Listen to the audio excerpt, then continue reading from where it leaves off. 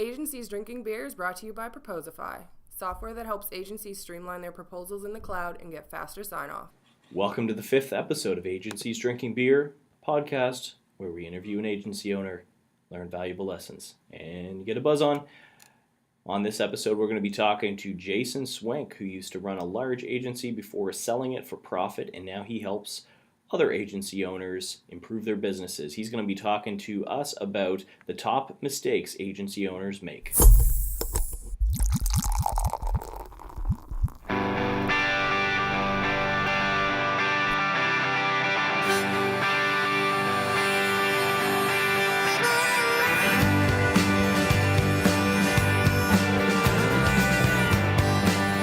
We need to bring guitars into the office. Yeah. I don't know if anybody else likes that, But we other do. than us. We're the founders. People hate that guy who brings a guitar, generally. Yeah, it's true. Yeah. Especially people who are like jealous that you can play and they can't. Yeah. They tend to hate guitar players. Mm. Especially when all the women start falling all over them and be like, oh, play this song. Does it happen to you a lot? Yeah, it's happened. Yeah, good. You? Mm. You've gotten more. High school. Yeah. Yeah. High school was the time I was in rock bands and stuff. And Exactly. actually, university a bit too. I was in It's a great way to impress women if It you is. can do it. Yep. Yeah. Well, we have sons, so we gotta teach them guitar. Micah really wants to learn guitar. Yeah. Ever since I showed him I can play the Simpsons theme song on guitar. He's been happy about that. I did it. So you're having a good day? Great day. Excellent. Yeah. How about We you? were kind of up a bit early. We had to do the interview with Jason Swenk was this morning. We're not very good at 9:30 interviews. It should have been agencies drinking coffee, but that's too close to the Seinfeld thing. We didn't want to rip that off. That's right. why we do agencies drinking beer. Right. Yeah. We rip it off, but a little more subtly. Yeah. Yeah. It was a good interview though with Jason, and I just have to say, if I've offended any listeners, last week I was very inebriated. Well, I'm not sure if you could tell. That's because you mixed. They had a special event here, and they had champagne. So That's right. So I had a whole afternoon of beer in me, and then they brought out the champagne. Yes. So I don't know. No, I don't you know didn't. what happened last week. I edited it well. I took out the F-bombs. All right. Well, let's not waste any more time. Let's go into the top 3 posts of the Sounds week. great.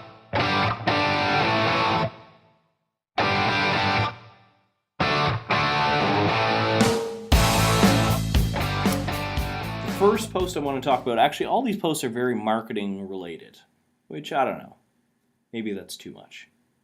But let's focus on the marketing this week. I like to try to mix it up, talk about entrepreneurship and design and, technology, stuff like that. But I'm going to kind of mainly focus on marketing because these are the posts that stood out to me this week. One was written by Rachel Spring from HubSpot, and the post was 5 pointless marketing metrics you can stop tracking today. They call this in the, sort of the startup world, vanity metrics. Those metrics that make you feel good and warm and fuzzy inside. And your investors. And your investors, but have no practical application. They're not going to move your business, they're not going to turn the dial for you. So one of those things is email opens, which I agree. And actually when what I always try to do is A/B test our emails that go out, especially when we're like announcing a new podcast episode or something. I always A/B test the subject line. Say, does this subject line get us more opens or does this one? But that's how I track it, is by open rate. But really I should be tracking it by click-through rate. So that's kind of what this post is saying, is that, an open rate can be a misleading metric because it totally depends on what email client they're using, and, the open count doesn't always work exactly as expected. So it's better to go by click-through rate, which is more of an actual sign that people are reading your content and interested in it. And the other thing it talks about is Facebook likes. I don't think we have much, I don't think we'll disagree with that one.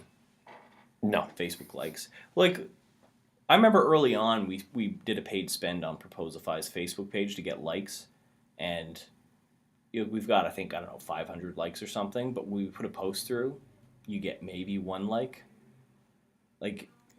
the people who like your page don't necessarily, it doesn't have any indication on whether they'll actually engage with your content and comment on it and share it. It almost has no correlation, especially if it's paid likes. So people gotta stop worrying about how many likes they get. I agree. Yeah. Facebook's a great place for personal use, but I don't see much application in business. I mean, I know it's got some, depending on the if it's business to consumer, maybe. Yeah, that's true. All right, well, there's a few other notes on that post, but I'm going to let you read those and link to them in the show notes. But those are the kind of the two things that I thought were interesting. The third one is the 3 things entrepreneurs must learn about digital marketing and PR. And what would you say? Like, when you think of entrepreneurs, do you think most of them, like, that's part of being an entrepreneur is knowing about marketing and PR? Or do you think that's, it's rare for them to know? That's a loaded question. It depends on the industry that they're in. Yeah. I mean, if there's a franchisee for McDonald's, I mean, they could be a food person, have no experience, but because it's a franchise, they take care of the advertising and marketing. So those people that are operators are usually managers. And then you look at the entrepreneur that's in our industry, and most of them are marketers, so they have an idea or a feel for it. Most SaaS companies, they come from, not all of them, but they come from the background, and they read up, and they're more savvy that way for marketing. I agree. I mean, I think when you think of like most agencies' clients, they probably, that's why they're paying a marketing company, because they can't do it themselves. They still run a business, and maybe they know, the financials, or they're in a really good market or something, but yeah, maybe it's not something they don't all know. So this post is written by Mel Carson from entrepreneur.com. He talks about, stuff that I think most people will kind of assume is like, this is fairly basic, but always good to know, especially the clients, like when it comes to educating clients who just don't know anything about marketing. These are some good things to run by them. So a lot of them don't understand really the power of search and how important it is. When we look at our own metrics, like, you can spend thousands of dollars on ads, like Twitter ads, Google PPC ads, but really organic search is where you get most of your customers. Yeah, we're seeing that. Those are the people who have the intent to buy. Yep. So if people don't understand basic SEO, then they're going to get left behind. The other one was comprehending that social media marketing takes sophistication. I thought that was pretty good, because it's not just a matter of like hiring an intern to post tweets for you all day. That's not actually going to move the dial. But I remember when we were in the agency world, we'd have people saying they were experts in social media because it was so new, and basically they just knew how to use Facebook. Yeah. It used to drive me crazy.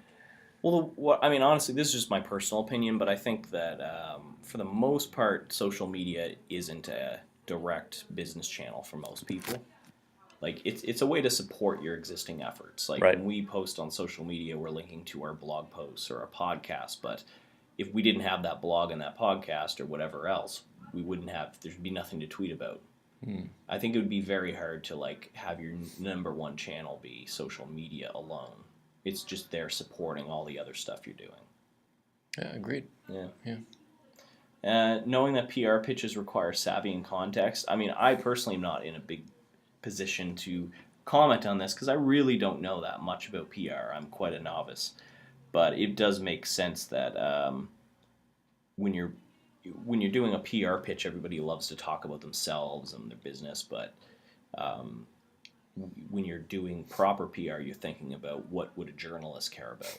It's all about angle, finding an angle that's going to be like a hook, and then really working on that hook and developing it.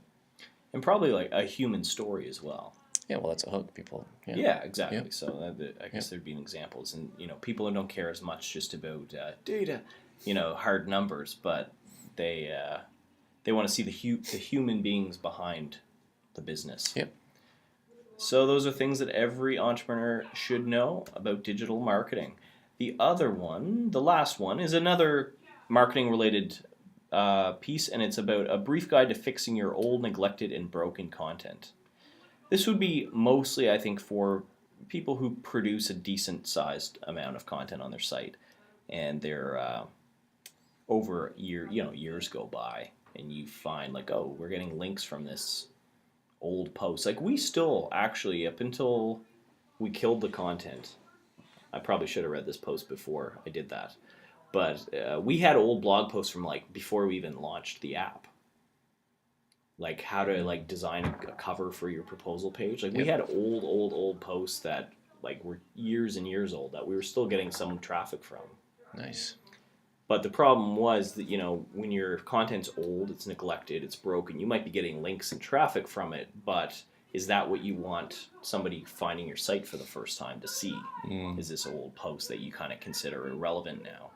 So it's talking about how do you fix it. So, it talks about you can do several things. You can leave it alone, but that's not very good.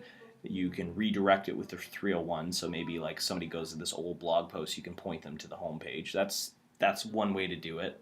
It'll preserve any link juice you have, so you won't lose your links. But it's still not very good for the user. They click on like a Google search result expecting a blog post about something, and they go to your homepage. So that's kind of stupid.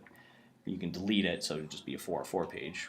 Another not good thing to do. And then the other thing they talk about is the hardest approach, but it's also the best, is just improve it. Just make it a better post. Maybe, move the date to something more recent. But so it talks about how to do that and different types of posts you'd want to do that. So for example, if you had like a past event, that link's still there getting traffic, you might as well do something with it. Obsolete products, sales that have ended, expired house listings or job listings, closed off membership sites. And, I don't think, depending on your business, that, some of those things might not be very relevant, especially if you're not a product business, out of stock or seasonal products.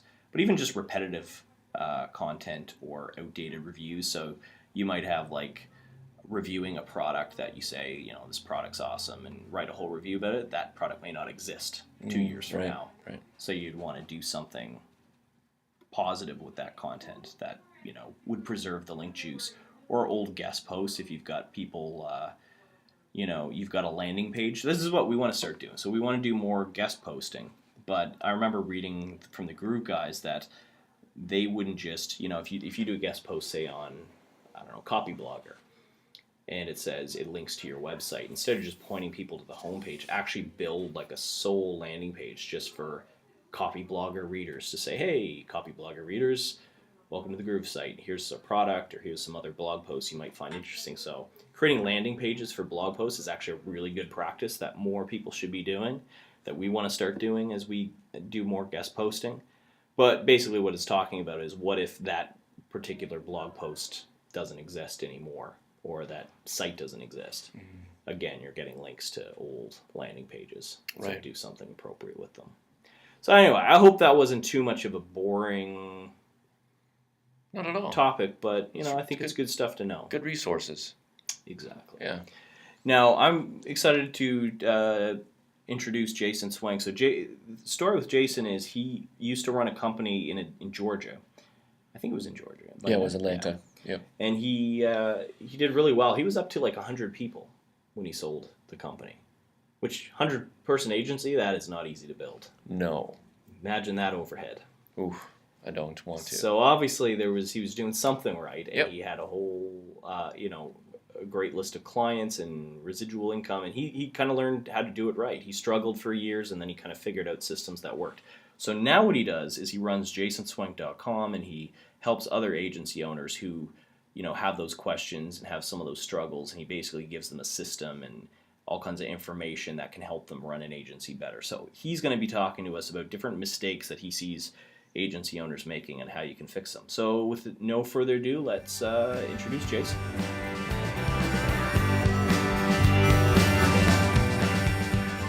Thanks for being on the show, Jason. Yeah, man. Appreciate you having me. Awesome. You were on, I think last year we did sort of a video version of this, and you were on it. But you've always got great info to share with people. Yeah, man. Well, I'm glad to be on, and hopefully we'll drop some information bombs that these agency owners can go rock and roll. Yeah, and maybe some F-bombs to go with it. Yeah, we could do that too. Let's do Wait it. a minute. Have your finger on the buzzer. Yes, I'm producing this thing, man. I don't have to edit that out. Okay, so what I wanted to talk to you about today is that what your business is now is you're helping agency owners who are kind of going through all the struggles that, I mean, we've faced, Kevin and I, over the years when we ran Headspace, our agency. Just struggling to find quality leads, closing a high percentage of our proposals, dealing with cash flow, all that stuff. You help agency owners with that now. So, like, maybe talk a little bit about how you got into that and how it's going for you.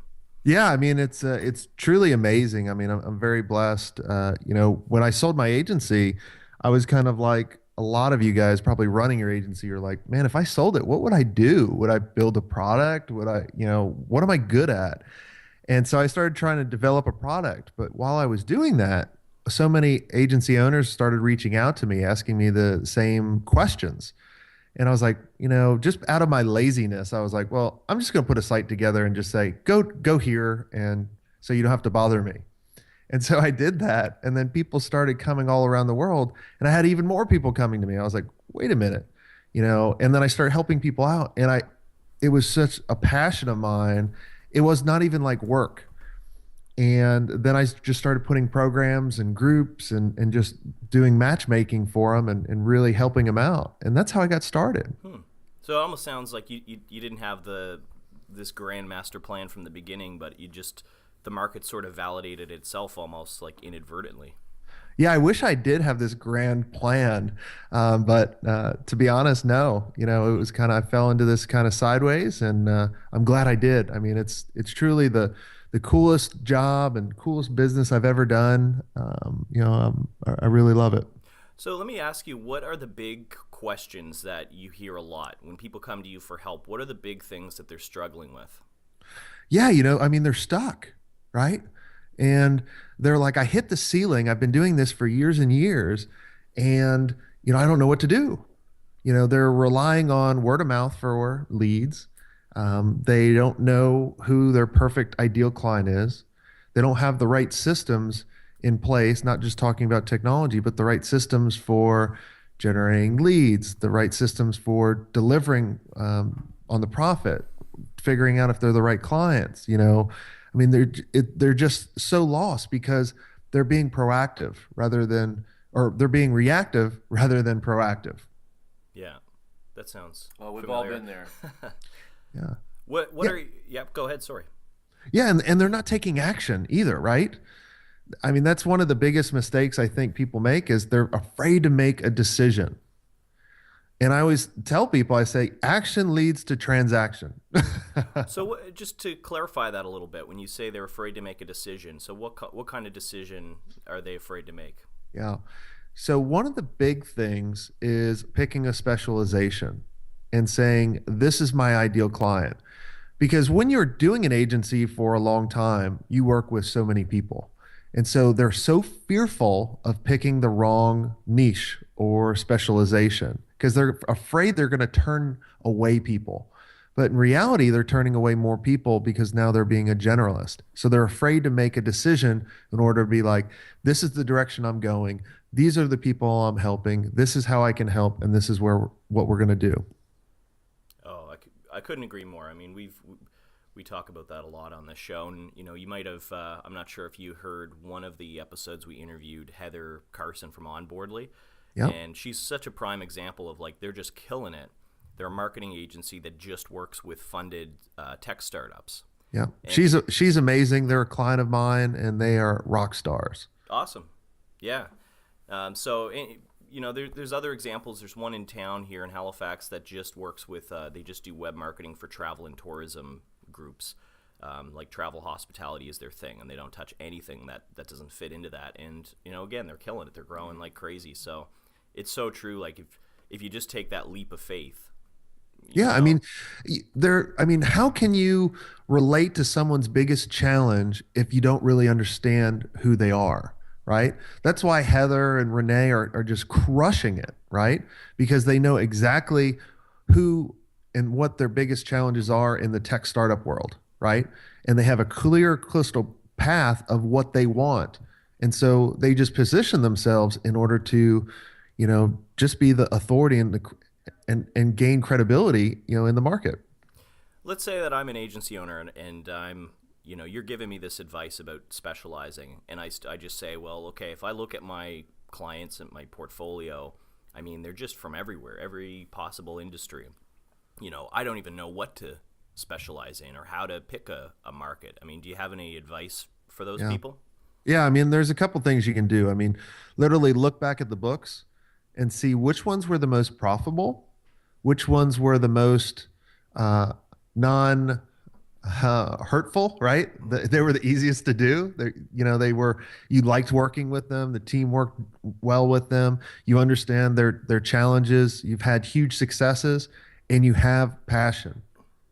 If you add all those up, you cannot make a mistake. I mean, literally, I've worked with people that, I work with people outside of the agency world too. I just don't market it, right? But I've worked with people that read tattoos and they say they're the tattoo prophet. So, or, people that do, this is funny. They train Power Rangers. What? So you can never go down too far. I know it sounds funny. What do you mean they train Power Rangers? That doesn't make any sense. The stuntmen of Power Rangers. Okay. Power Rangers! Yeah. Is crazy. Power Rangers still on? I guess. Wow. I'm a little outside their target market, I think. That's my next business. I was gonna say my 13-year-old son would love that job. That's right. I mean, yeah. I don't even know how many Power Rangers there are. Maybe 4. I guess there's always 4. I think they always added a new one every season just to get ratings up. That's right. Kyle looks really good in his Power Rangers jammies, though. I've seen it. But yeah, it's more of a unitard, but thanks for that visual. My eyes are burning now, so appreciate that. Oh, thanks. Okay. That should be the cover of of the post. Oh, you in a Power Ranger suit. In a unitard that's the color of our logo, like that sort of, aqua green. Yeah.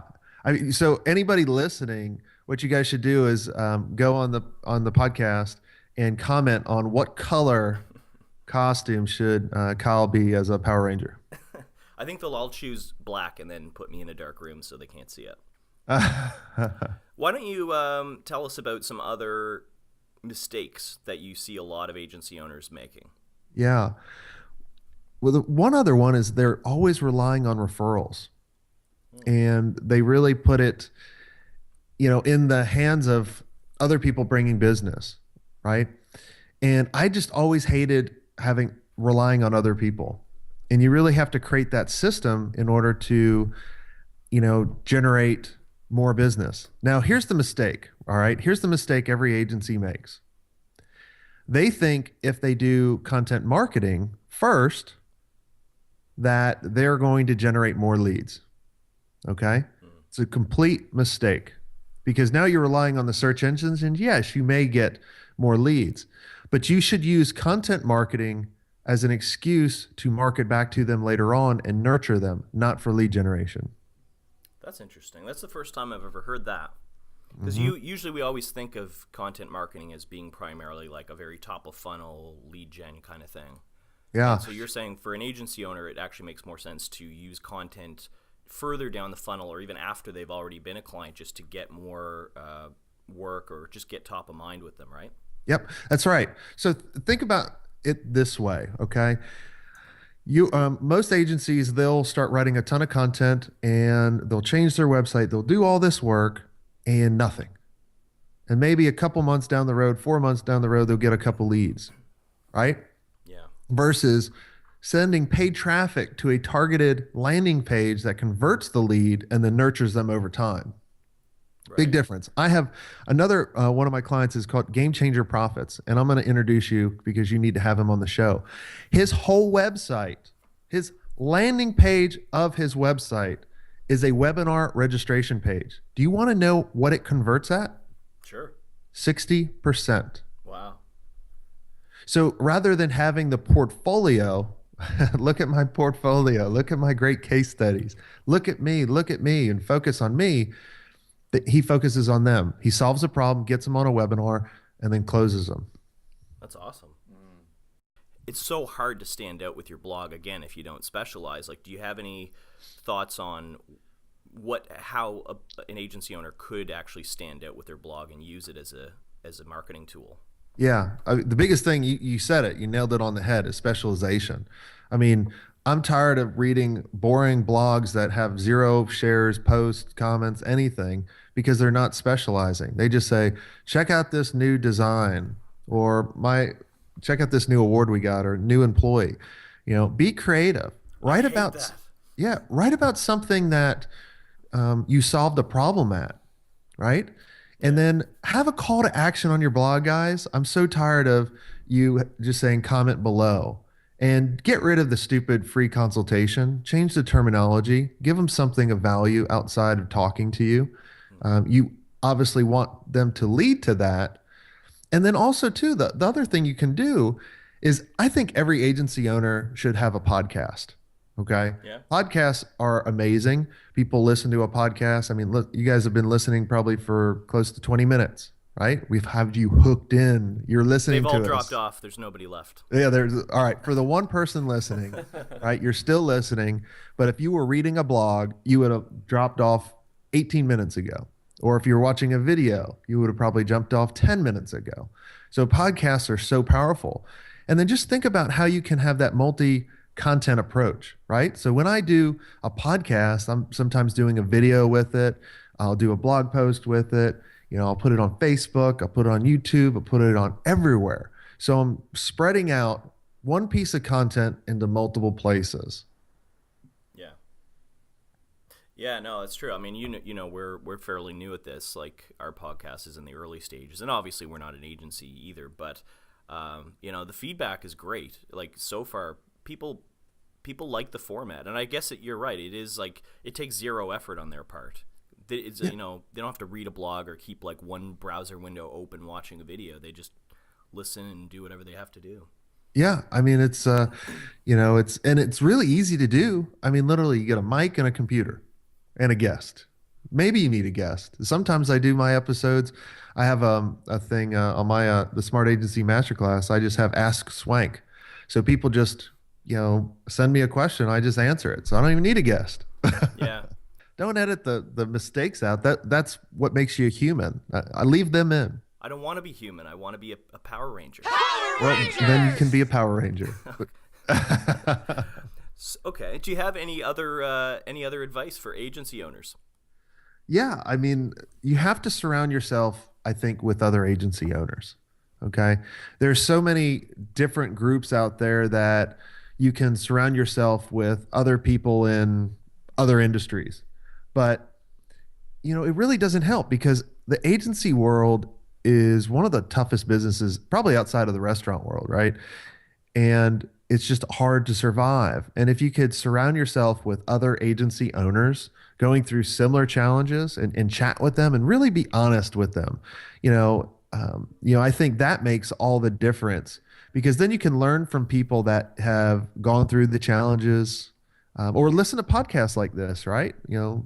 It's just you're going to hear other stories, so then you can get through kind of those ruts a lot quicker. And I think a lot of agency owners think they can do everything themselves, and they really can't. They're not the super Power Ranger, right? They can't do everything themselves, and they need to ask for help. It's interesting when I think about the idea of like getting together with other agency owners. Have you found, because I know I have in our experience, is that agency owners, especially in the same city, tend to be very competitive, very kind of clannish almost, where they don't, everyone's projecting this image of success, whether or not it's true or false, because they don't want to be perceived as weak. They want to be perceived as, competing with the local agencies around them. I don't know. Have you found that, and do you think that there's any way that they should they be doing it differently? Yes. So I see that all the time, especially in the local market, really only in the local market. If you get outside the local market, then, they're ready to share. There was a number of different agencies in my market, which was Atlanta in the Southeast that, yeah, we were competitors, but we met and we shared what was working. Obviously, we didn't share everything. But there are several groups out there that you can chat with people all over the country or sometimes all over the world. Like, I have a group of just agency mastermind people that I just put in, and they're all over the world. And so when you get them outside of, the that one local market and everybody's going after the same people, then they're open to share, right? And another thing too is if you're afraid for someone else in your local market that they're going to steal your competitor or know your secret sauce, you're not specializing enough. No, you're unique. You're your own Power Ranger. No one can be the type of Power Ranger that you're at, right? So hopefully you didn't edit out the Power Ranger bit, because then that's going to sound really cheesy and stupid. No, that's the theme of the whole show now. That's going to be in the headline. Power Ranger. How to How to run your be a Power agency Ranger like a pet agency. Power Ranger. Yes. That's right. There we go. That's it. We got a headline. But if you can't really drill down deep enough to kind of eliminate your competition, that's the problem. And then you could just start talking, to agency owners and being like, look, I'm struggling with hiring people, or I'm struggling with, this one client. What do I do? Or I'm struggling with generating enough business. Yeah. Or what should I charge? Right? Those type of groups or those type of people are the ones that are going to help you out. Here's something that I'd love to get your thought on when, again, talking about specialization is I'm a big believer in, if you're going to specialize in agency, do choose a vertical market. But what I see out there sometimes, and I think in the past we had done it a little bit as well, is instead of choosing an industry to go after, they choose a technology to specialize in. So they'll say, we are, we only do WordPress, or we only do Expression Engine, or we only do some other Microsoft technology or what have you. And what I've kind of seen is that sometimes that works because people need that particular technology, and you're the only one who does it that is local maybe. But then eventually everybody catches up to you. I mean, do you agree, disagree? I absolutely agree. That's what I did at my agency. So we were the best partner in the world for Sitefinity. It's a content management system. And then we started quickly becoming one of the best for SharePoint, which is a Microsoft technology back in the day, right? I don't even know if people still use SharePoint. Oh, they do. Yeah, they Sadly. do. At least they do here. Cool. So, we had expertise in that. So we had credibility, we had authority, and that's how we got clients like AT&T and Hitachi and LegalZoom and all these big clients coming to us because we specialized. And, we could do the best user experience for this particular technology, or we can make this technology do whatever. You just have to pick one that you have a capability to do. Like, for example, if you're a new agency, or if you've been doing it for 1 or 2 years, and you're going to say you're the specialist at WordPress, I think you kind of missed the boat a little bit. Yeah. You kind of, right? You got to kind of pick that up and coming technology and ride that train. That's what we did with, Sitefinity. That's what we did with SharePoint. Like, even now, if you jumped into SharePoint, you'd be like, oh, there's millions of agencies or development shops doing that. So you just got to kind of figure out, how can you be unique and how do you position yourself that way? Well, okay, so WordPress was a kind of a bad example, but it almost, I'm trying to get your angle on this because it sounds like in a way you're recommending it, but at the same time knowing that it has a short lifespan. If you choose to specialize in an up-and-coming technology, you can only ride that wave for so long before everybody else figures it out and does it. Yeah, and you're also relying on other people's, relying on the partner, right? So if I didn't sell my agency when I did, a year later, Sitefinity kind of started tanking. Hardly anybody probably listening to this probably even know who Sitefinity is. But at the time, all these big clients were riding it. That's why we started positioning ourselves for SharePoint, because we knew that was. But then, maybe SharePoint kind of dies down a little bit. The best that you can do is pick a vertical and a horizontal. And now, man, you eliminate a ton of your competition.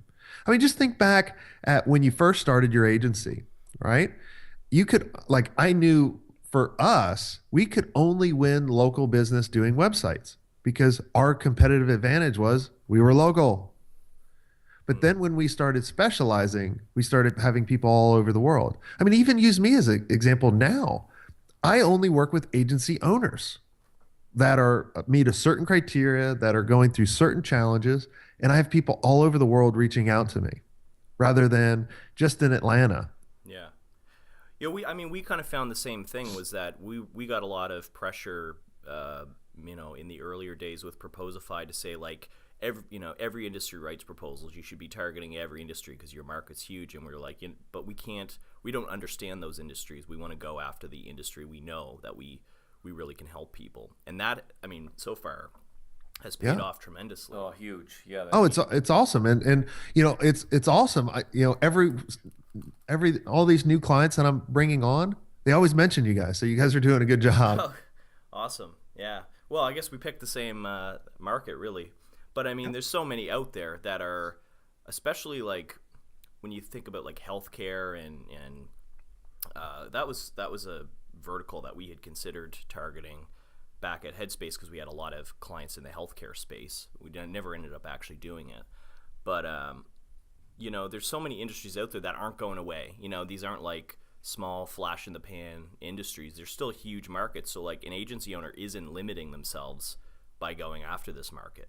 Oh yeah. I mean, you always got to be learning. So you always have to, like, I always tell people, a lot of people come to me and they say, I want to get off this hamster wheel. Okay. Well, I'm going to tell you, you do not want to get off the hamster wheel. You just want to make the hamster wheel bigger. Because if you stop the hamster wheel, you stop learning, you stop moving, you stop growing. Okay. And then you die. What happens if you don't grow? You die, right? So it's just law of nature. So you just want to make it bigger. And so how do you do that? You keep learning and you put in time in your week for discovering, listening to podcasts like this, watching videos, reaching out to people to better yourself, right? So I break up my week, like even from the very beginning, I guess when we started getting successful at the agency, I would break up my week into these kind of days. Discovery days where I'm actually going out learning something, right? I'm watching videos, podcasts, whatever it is, going to training, workshops, just to make sure that I'm ahead of my clients and my prospects. And then you have build days and profit days and all that. But the important part is you put certain time in your week to constantly learn, because if you don't evolve, you're going to be a stink like the dinosaurs. You're going to be a slow Power Ranger. Actually, they turned into dinosaurs. That was a beautiful, segue there, connection. There you go. Oh, do they? I didn't even know. Yeah, well, the Power Rangers at the end of the show, they turn into big, giant robot dinosaurs. Mastodon! Pterodactyl! Triceratops! Saber-tooth tiger! Tyrannosaurus! Oh, okay, cool. Yeah. Kyle's really young. He's been watching it up till 2 years ago. Yeah, that's great. I used to come home from school every day and watch Power Rangers. Wow. Oh, well, And people made fun of me then. Yeah, you're a connoisseur of Power Rangers. So. I am. For me, it was the Three Stooges. That's how old I am. Yeah. Mine was Saved by the Bell. Oh, yeah. I watched that too. So you must be in your late 30s, early 40s. I am 37. Okay, there you go. Yeah, you're around my wife's age. Yeah. Yeah. And my high school was called Bay High. Nice. Man. I was talking to somebody, actually just last night I was having beer with a friend who is at an agency and talking about the whole process of like submitting proposals, getting, waiting for clients to sign off, and sometimes it drags on for a month. And I said, you should check out Jason Swenk, because every time we've talked, you've always talked about this kind of process behind getting in the door with a client with a small project, then getting the big build, then selling a retainer. I mean, do you want to talk about that a little bit? Yeah. So it's kind of my strategy. It's a foot in the door offer. Okay. So many agencies go at this wrong. And like literally these are like some of the first things that I'll go over with my clients. And literally these guys will skyrocket, like grow their agencies by 200% because they're proposing marriage right off the bat. They basically come up to you and say, will you marry me, before you even, gave a handshake. Yeah. Right. And, it's all about figuring out what can you slice off of your core service that can benefit, your, prospect, right? So for example, if you're doing websites, maybe you can do an audit or a strategy session. And it doesn't matter if you make money on it. It's about converting that prospect to a paying client. And then it's about positioning a project rather than going into the retainer. Going for the retainer is just giving them a payment plan. I want to get a project that I can have huge cash flow influx, right?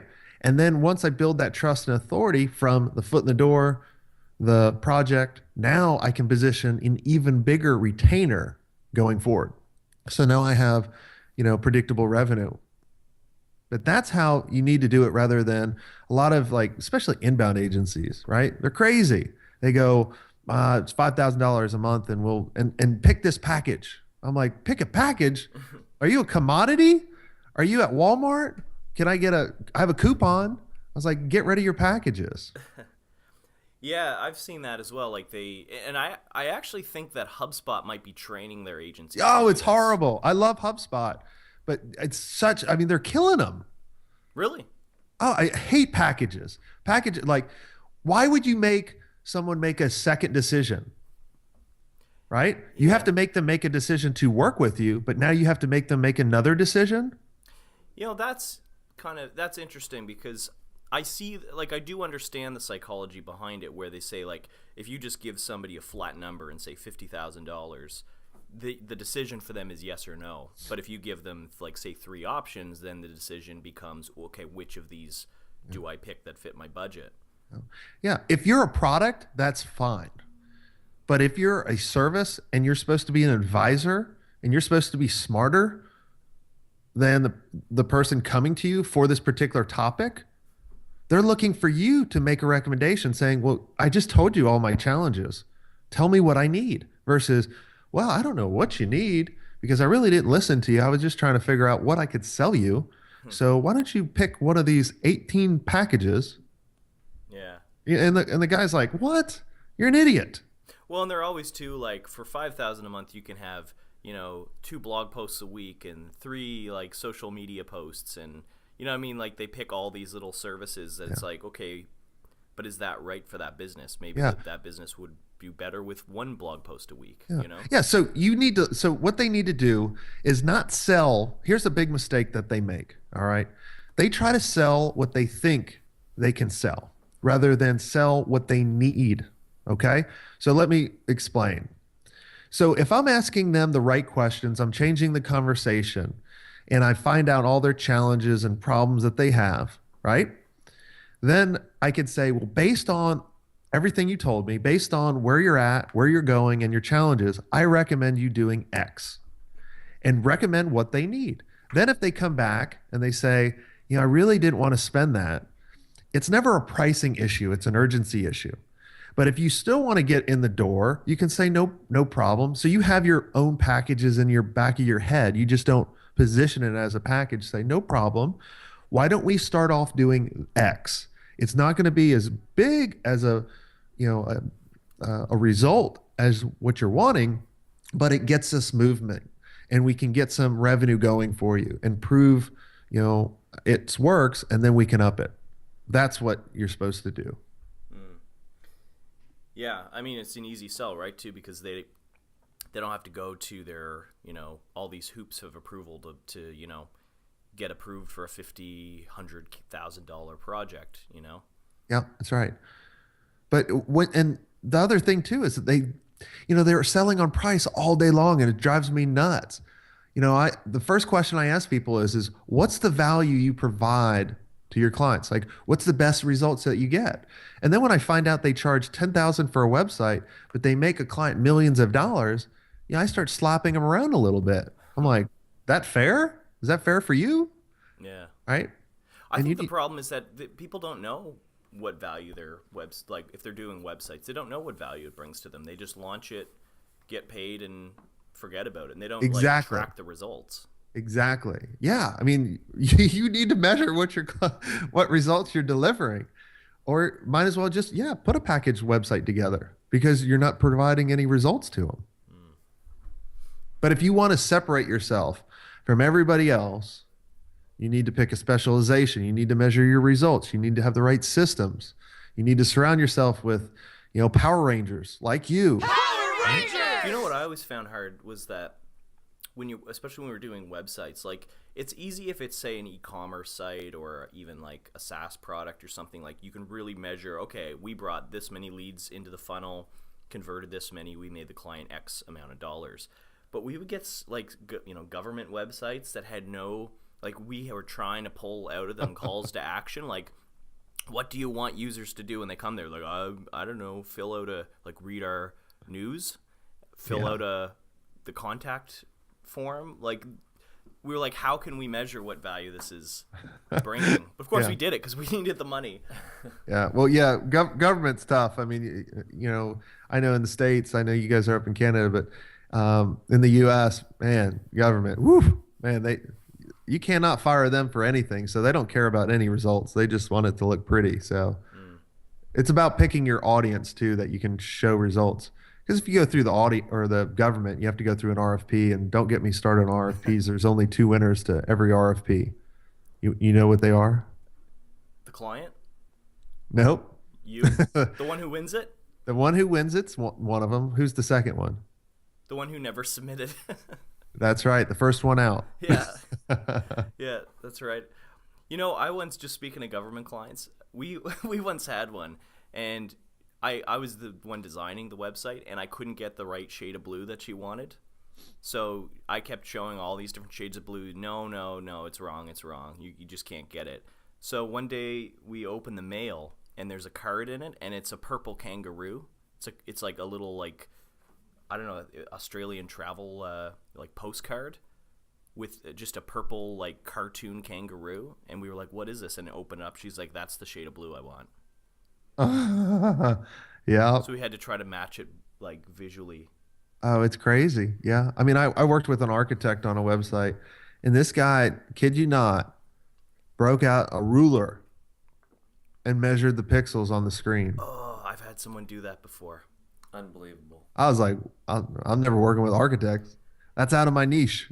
I had somebody do it, and she was a photographer. Oh, yeah. Yeah. So you just, when you're picking out your specialization, just think back at all the pain in the butt clients and why they were. If it was because of what you did, then obviously you got to fix yourself. But a lot of times, they're just, there's certain markets that aren't right for you, and there's certain markets right for other people. Do you have any advice when somebody's at the early prospecting stage and they're talking to leads? What are some of the things that you want to put on your checklist to say, oh, that's a red flag, that we shouldn't take them on as a client?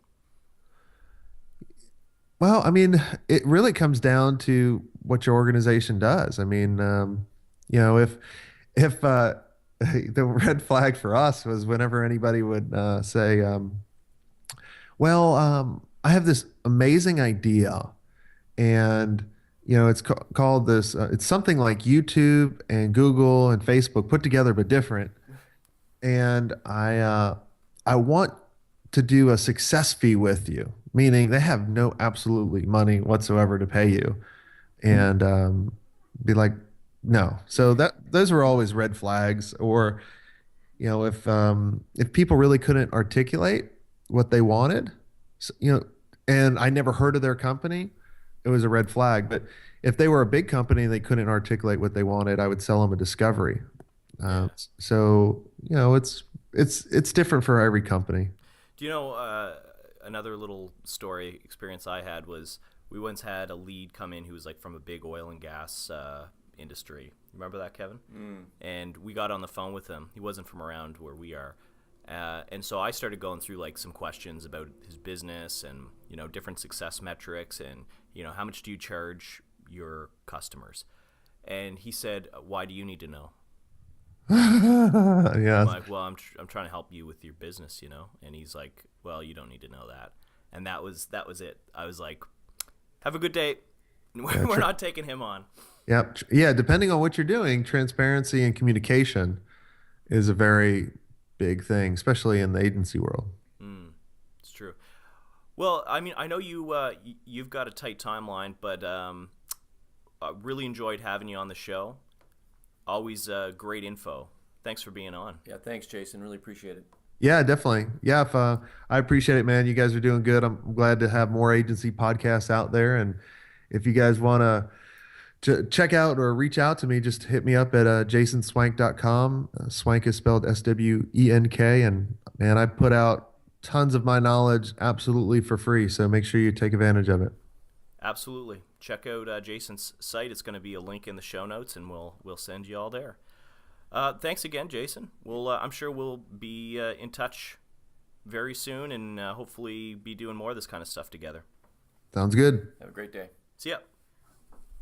All right, so that was Jason, man. He's a good guy. He's a dude. Knows his stuff. Sure does. Yeah. So you were talking to me about some video that he had done. Yeah. Well, you're acting like you don't know. I don't know. You started. You were there, man. Oh, the one I was in. Yeah. Is that what you meant? Yes. He already did I one thought of you these. meant. Oh, I get you. He did a video for us. Yes. So he's that's already been right. on the show in a sense. He's been on the show for sure. Yeah. Yeah.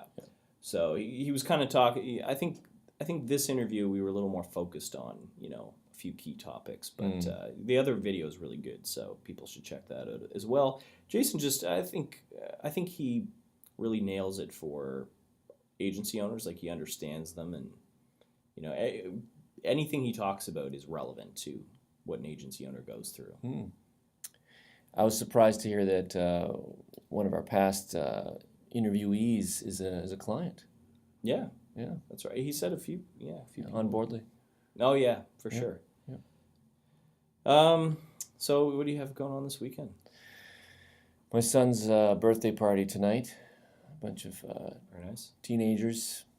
Yeah. Preteens though. Yeah, well, actually, no. Camden just turned 13. They're all turning 13. Oh, so they're at the tween stage. Yeah, that's right. So It'll be fun. that'll be joyous. Yeah. Not, but anyways. Are they going to be drunk? No, not yet. That's good. No. That'll wait a little bit. Yeah. Yeah, I can't find my finger puppet from last week. Yeah, you should have had a picture of that for the post because it was mentioned. Yeah, I wanted to, but to no avail. I noticed that in this post, a lot of talk about the Power Rangers. yes. Yeah. Power Rangers! We did talk a lot about Power Rangers. It just became a theme. Yeah. Good show. Yep. No, it's a terrible show. Power Rangers? Power Rangers? Have Oh, you for ever ki- seen for it? kids? I saw a couple episodes with my son. Even kids know it's garbage. It's like a child's like Ricky Lake. Like, it's a child. You know how people who watch daytime, talk shows and like soap operas, they know it's garbage deep down. They still like it. Or like when people watch reality shows, it's crap. I think that's how a child perceives Power Rangers. It's like their guilty pleasure. They know they know the dialogue is shit. Yeah. They know it's ridiculous. the choreography's awful too. Yeah. There's nothing good about Power Rangers, but it's, people in colorful spandex. Like, who doesn't like that? Yeah. Plus, I think when you're a young boy and you see, the pink and yellow Ranger in their tight spandex, it awakens some feelings deep down. It did for you, I can tell. It did. It did. I didn't understand them. Yeah. It's like Garth Algar in Wayne's World, She makes me feel kind of funny, like when I used to climb the ropes in gym class. That's awesome. I forgot that. All right, so you have a joke for us? Yeah, Jason focuses on the advertising world as we do in a sense, but some traditional advertising agencies, of course, use his services. So I have an advertising joke. All right, I look forward to this. You know me, I'm not a jokester, but you just You're a jokester. You just wallow in the fact that I suck at telling jokes and you like to embarrass me. Okay, here's one. It's kind of almost has a bit of Rodney feel to it, even though he didn't write it. Great Rodney. So that's why I'm bringing it in. So basically, Advertising, it's so crazy. You kidding me? why don't I do that? Okay, you do it. So anyways, advertising sure brings quick results. Last week I advertised for a night watchman. The same night, my safe was robbed. Oh. Wow. Yeah, it's bad. Really bad. It is bad. It's not even funny. No, but just keep them coming. I will. Keep these ridiculous jokes coming. I will. I want to hear them. Good. All right. Well, thank you once again for joining us. And I would like to ask, we're 6 episodes in. And did I say 6th episode at the beginning? I don't know. I don't know. We'll fix it if we have to. But anyway, what I did want to say is we would really like, if you think that this podcast is valuable, is interesting, is whatever, you like to listen to it, please rate us on the iTunes Store. It's actually going to really help us get up into the sort of the new and noteworthy section of the iTunes Store, which will, again, help expose us to more listeners. So if you do think the podcast is worth it, we would both very appreciate your comments and ratings. Yes, thank you. And other than that, we'll see you next week. Goodbye.